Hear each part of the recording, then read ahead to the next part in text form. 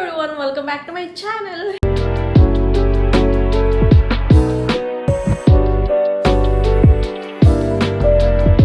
നമ്മൾ കണ്ടിട്ട് ഒരുപാടായില്ല. ഞാൻ എത്ര നാൾക്ക് ശേഷം ഒരു വ്ളോഗ് ചെയ്യുന്നതെന്നറിയോ? ഓക്കെ, അപ്പോൾ ഈ വ്ളോഗ് ചെയ്യാനുള്ള മെയിൻ റീസൺ എന്താണെന്നറിയോ? ഇതേതാ മാസം എന്നറിയോ?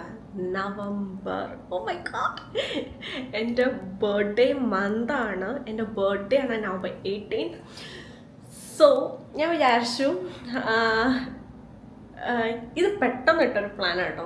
ഞാനിപ്പം കുറച്ച് ഫോറമിൽ കുറച്ച് ഗ്രോസറി ഐറ്റംസ് ഒക്കെ മേടിക്കാൻ പോകുന്നുണ്ട്. അതിൻ്റെ കൂട്ടത്തിൽ എനിക്ക് എൻ്റെ ബർത്ത്ഡേ ഡ്രസ്സ് നോക്കണമെന്നുണ്ട്. അപ്പോൾ ഞാൻ ആലോചിച്ചു, ഓക്കെ ദെൻ ഞാൻ ബർത്ത്ഡേക്ക് വേണ്ടി കുറച്ച് കാര്യങ്ങൾ എല്ലാം ഇന്നും നമ്മൾ പർച്ചേസ് ചെയ്യില്ല, ചെറുതായിട്ട് കുറച്ച് സാധനങ്ങളൊക്കെ ആയിരിക്കും മേടിക്കുന്നത്. അപ്പോൾ അതെല്ലാം കൂടി ഞാൻ ഒരു വ്ളോഗാക്കി എടുക്കാം എന്ന് ഞാൻ വിചാരിച്ചു. അപ്പോൾ ഗൈസ്, എല്ലാവരും സുഖമായിട്ടിരിക്കുന്നു. ഞാനിവിടെ സുഖമായിട്ടൊക്കെ ഇരിക്കുന്നു കേട്ടോ. കുറച്ച് കാര്യങ്ങളൊക്കെ ഉണ്ടായിരുന്നു. അത് എന്താണെന്നൊക്കെയുള്ള കാര്യങ്ങൾ ഞാൻ പറയാം. അപ്പോൾ എന്തായാലും ഞാനിപ്പോൾ റെഡി ആയിട്ടുണ്ട്. എൻ്റെ ഫുൾ ഔട്ട്ഫിറ്റ് ലുക്ക് ഞാൻ കാണിച്ചു തരാം കേട്ടോ. അപ്പോൾ എന്തായാലും നമുക്കിപ്പം റെഡി ആയിട്ടുണ്ട്. നമുക്ക് ഫോറമിൽ ചെന്നിട്ട് കാണാം. ഓക്കെ,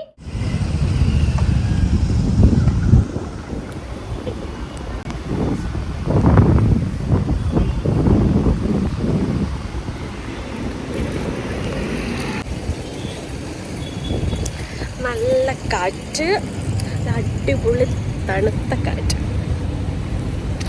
എനിക്ക് നല്ല വിശപ്പുണ്ട്. ആദ്യം നമുക്ക് പോയിട്ട് ഫുഡ് കഴിക്കാം, എന്നിട്ട് നമുക്ക് ഡ്രസ്സ് നോക്കാം. ഓക്കെ, നല്ല വിശപ്പ്, നല്ല ട്രാഫിക്കായിരുന്നു. ഇന്ന് ഫ്രൈഡേയും കൂടിയാണ്.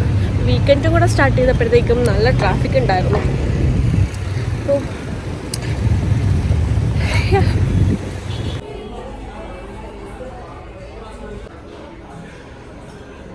ഞാൻ ആദ്യമായിട്ടാണ് പഞ്ചാബി ഗ്രില്ലിൽ നിന്ന് ഫുഡ് കഴിക്കുന്നത്. The food was so delicious. കാരണം ഞാനൊരു നോർത്ത് ഇന്ത്യൻ ഫുഡ് ലവറാണ്.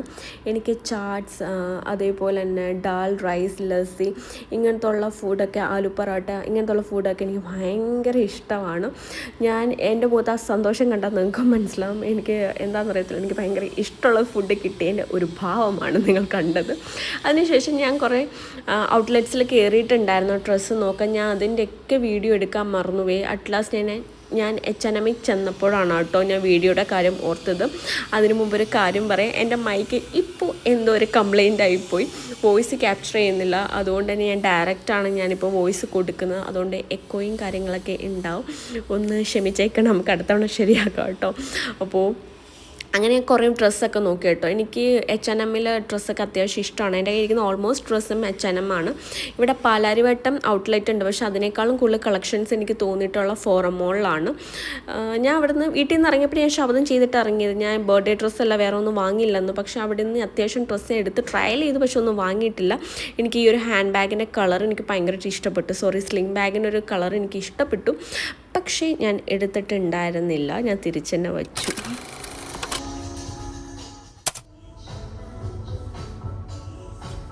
അത്യാവശ്യം എല്ലായിടത്തും നോക്കി. H&M അടിച്ചു വാരി നോക്കി, ലൈഫ് സ്റ്റൈലിൽ നോക്കി, ഷോപ്പർ സ്റ്റോപ്പിൽ നോക്കി. എങ്ങും ഇഷ്ടമായില്ല, എങ്ങും ക്രഷ് തോന്നില്ല. ഇനിയിപ്പോൾ ഗ്രോസറി പോയിട്ട് കുറച്ച് സാധനം മേടിക്കാം, എന്നിട്ട് നമുക്ക് പിന്നീട് പോയിട്ട് ബർത്ത്ഡേ ഡ്രസ്സ് നോക്കാം. നല്ല ടയർഡായി, ഇപ്പോൾ പോവാം. ക്ലോസിങ് ടൈം ആവുന്നുണ്ട്. അപ്പോൾ നമുക്ക് പോവാം. നെക്സ്റ്റ് ടൈം ഞാൻ പോയത് വെസ്റ്റേൺ ലേഡി പാലാരിവട്ടമാണ്. എൻ്റെ മുഖം കണ്ടാലറിയും, എനിക്കൊരു പ്രതീക്ഷയുണ്ടായിരുന്നില്ല ഞാൻ ഉദ്ദേശിച്ച ഡ്രസ്സ് എനിക്ക് കിട്ടും എന്ന്. പക്ഷേ എൻ്റെ ഊഹം തെറ്റായിരുന്നു. ഞാൻ ഉദ്ദേശിച്ചതിനേക്കാളും എനിക്ക് കൂടുതൽ ഓപ്ഷൻസ് എനിക്ക് അവിടെ ഉണ്ടായിരുന്നു. എല്ലാം ഒന്നിന് മെച്ചമായിരുന്നു. എനിക്കെല്ലാം ഭയങ്കരമായിട്ട് ഇഷ്ടപ്പെട്ടു. പക്ഷേ എല്ലാം കൂടെ വാങ്ങിയിട്ട് കാര്യമില്ലാത്തതുകൊണ്ട് ഒറ്റ ഒരെണ്ണമായിരുന്നു ഞാൻ വാങ്ങിയത്. എന്തായാലും ഞാൻ ഭയങ്കരമായിട്ട് ഹാപ്പിയായിരുന്നു. ഇന്ന് നമ്മൾ ബർത്ത്ഡേയുടെ വീണ്ടും കുറച്ച് സാധനങ്ങൾ പർച്ചേസ് ചെയ്യാൻ വേണ്ടിയിട്ട് പോവാണ്.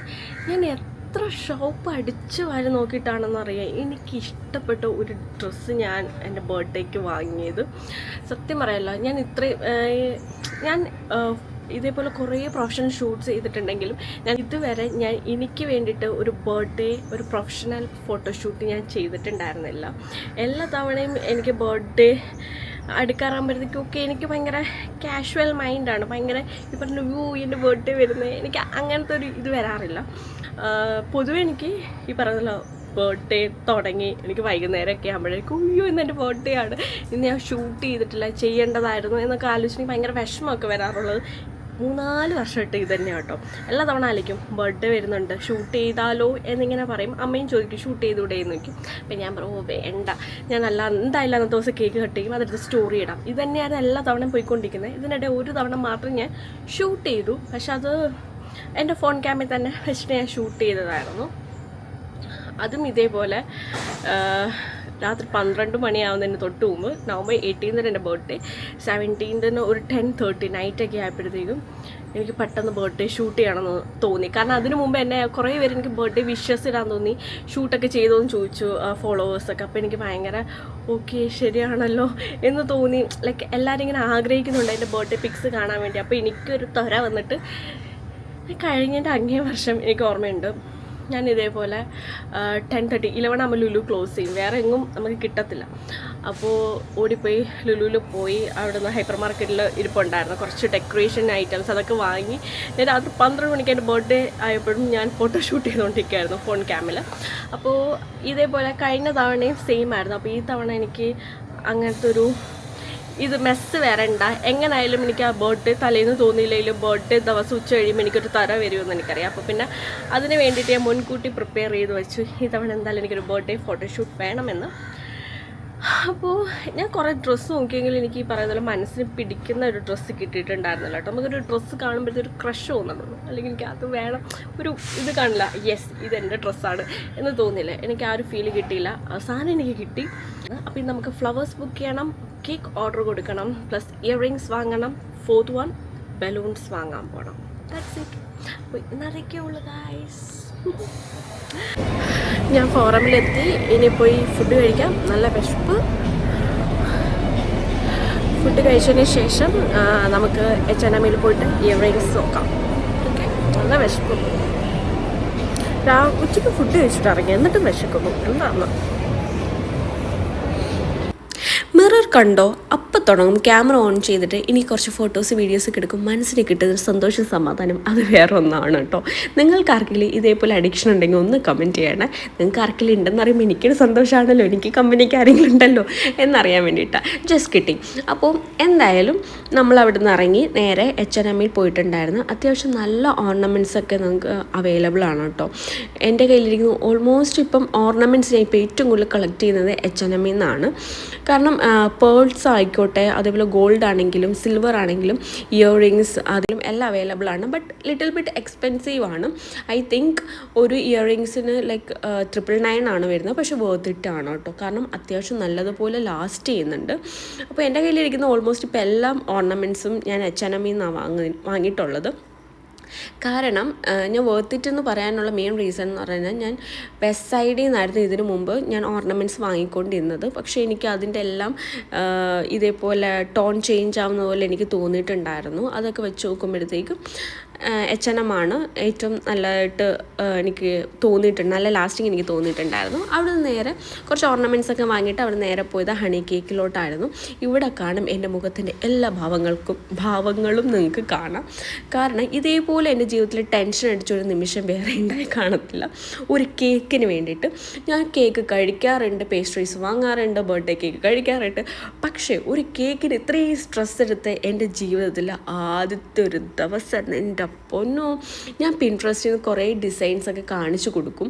ഇത് കാണിക്കുന്ന എല്ലാ ഡിസൈൻസും 80% മാത്രമേ അവർ എനിക്ക് അത്രയും പെർഫെക്റ്റ് ആയിട്ട് ചെയ്യാൻ പറ്റുള്ളൂ എന്ന് എനിക്കൊരു കൺഫർമേഷൻ പറയുന്നത്. എനിക്കൊരു 80% എന്ന് പറയുമ്പോഴത്തേക്കും എനിക്കൊരു ടെൻഷനാണ്. എനിക്ക് എങ്ങനെ പോലെ 100% എന്ന് എനിക്ക് ഒരാൾ അത്രയും കോൺഫിഡൻ്റ് ആയിട്ട് പറഞ്ഞാൽ എനിക്കൊരു കാര്യം ഒരാൾ എനിക്കൊരു ജോലി ഏൽപ്പിക്കാൻ പറ്റുള്ളൂ. അപ്പോൾ ഈ 80% എന്ന് പറയുന്ന ഒരു കാര്യത്തിലും ഞാൻ ആരെയും അങ്ങനെ ഏൽപ്പിക്കാറില്ല. അവസാനം എനിക്ക് 400 ഗ്രാം എനിക്ക് കേക്ക് വേണം എന്നായിരുന്നു. അവസാനം ഞാൻ കൊടുത്ത ഡിസൈൻ 2 kg ചെയ്യാൻ പറ്റുള്ളൂ എന്ന് പറഞ്ഞപ്പോൾ ഓക്കെ ഞാൻ അത് വിട്ടുവീഴ്ച ചെയ്ത് ഞാൻ 2 kg ചെയ്യാം എന്ന് തന്നെ ഞാൻ വിചാരിച്ചു. പക്ഷേ ഞാൻ ഉദ്ദേശിച്ച ആ ഒരു കേക്ക് പാറ്റേൺ അല്ല ചെയ്തത്. ഞാൻ അവിടെ ലൈക്ക് ഒരു 2.5 hours അവിടെ നിന്ന് ഞാനും സ്റ്റാഫും കൂടെ ഇരുന്ന് സംസാരിച്ച് അവസാനം 100% അവർക്ക് ചെയ്യാൻ പറ്റുന്ന ഒരു ഡിസൈനായിരുന്നു ഞാൻ കൈ കൊടുത്തത്. ബട്ട് അത് നല്ലതായിരുന്നു, നല്ല കേക്കായിരുന്നു കേട്ടോ. എനിക്ക് ഒരുപാട് ഇഷ്ടപ്പെട്ടിട്ടുണ്ടായിരുന്നു. നല്ലൊരു ഡിസൈൻ തന്നെയായിരുന്നു. ഈ തവണ ഞാൻ ഹെയർ സ്ട്രെയിറ്റ് തന്നെ കേട്ടോ കൊടുക്കുക. കാരണം ഡ്രസ്സ് കുറച്ച് ഹെവി ആയതുകൊണ്ട് ഹെയർ കേൾസ് കൊടുത്തതിന് കുറച്ചുകൂടി ഒരു പാർട്ടിയിലേക്ക് ഒരു ബ്രൈഡൽ ലുക്കിലേക്ക് പോകുന്ന എനിക്കൊരു ഡൗട്ട്. സോ എനിക്ക് ആ ഒരു വൈബ് വേണ്ട, എനിക്ക് ഭയങ്കര ഹെയർ സ്ട്രെയിറ്റ് ലുക്ക് മതി.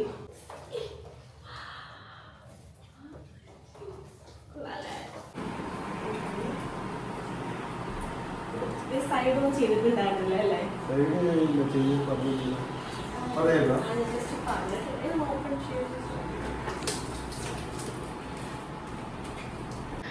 വേറെ കേക്ക് വന്നു. ഞാൻ എൻ്റെ ഫുൾ ലുക്ക് പിന്നെ കാണിച്ചു തരാം കേട്ടോ. അപ്പോൾ അതിൽ കുറച്ച് ഇങ്ങനെ ഇട്ടണം.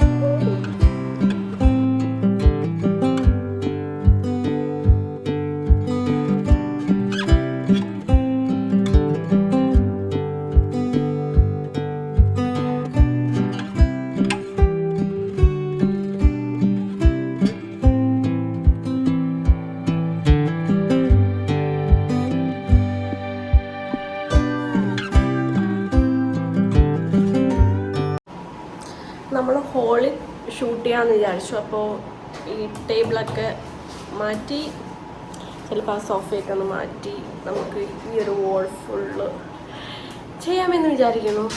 നല്ല ചൂട്. നോക്കാം. എൻ്റെ ക്യാമറയുടെ ചാർജിലിട്ടേക്കാം. അപ്പോൾ നമുക്ക് നല്ല ഈ ഫോണിലായിരിക്കും ഇനി ബാക്കി ഷൂട്ട്. ഈ ഡ്രസ്സ് ഇട്ട് നടക്കണമെങ്കിൽ അങ്ങനെ നിസ്സാരമല്ല, ഭയങ്കര ടാസ്ക് ആണ്. ഇതുകൊണ്ട് ഞാൻ ഇങ്ങനെ പൊക്കി പിടിച്ചിട്ട് നടക്കുന്നത്. നടന്ന് ഇതിൻ്റെ ഇതൊക്കെ ഇളകാൻ തുടങ്ങിയിട്ടുണ്ട്. ഇങ്ങനെ പിടിച്ച് വേണം നടക്കാൻ. ഓക്കെ.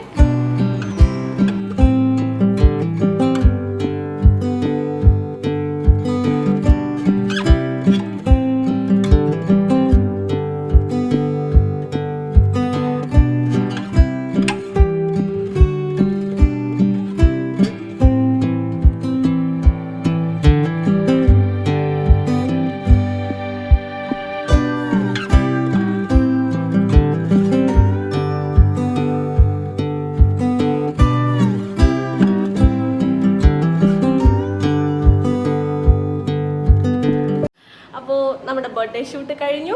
ഇനി കേക്ക് കട്ട് ചെയ്യണം. ഏറ്റവും ഇൻട്രസ്റ്റിംഗ് എന്ന് പറഞ്ഞാൽ ഇവർ കേക്ക് തന്നു, പക്ഷെ അത് കട്ട് ചെയ്യാനുള്ള നൈഫ് തന്നിട്ടില്ല. അപ്പോൾ നമ്മളിനി എന്ത് വെച്ച് കട്ട് ചെയ്യും? കത്തി എടുക്കും. കത്തി ഇത്രേ അവസരം നമുക്ക് ഈ കത്തി വെച്ച് കട്ട് ചെയ്യാം. ഓക്കെ. അപ്പോൾ ഇനി ഒന്നുമില്ല, കേക്ക് കട്ട് ചെയ്യുക, കഴിക്കുക. ഈ കേക്ക് കട്ടിങ്ങിന് വലുതായിട്ട് ഒന്നുമില്ല. നിങ്ങൾ വേണം ചുമ്മാ ആണേ ഹാപ്പി ബർത്ത്ഡേ പാടിക്കൂ.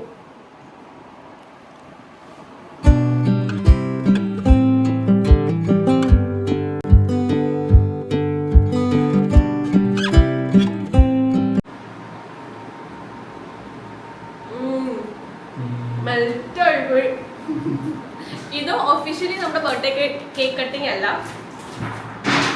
ഓക്കെ, ഒഫീഷ്യലി നമ്മുടെ ബർത്ത്ഡേ കേക്ക് കട്ടിങ് അല്ല, ഷൂട്ടിന് വേണ്ടിയിട്ടാണ്.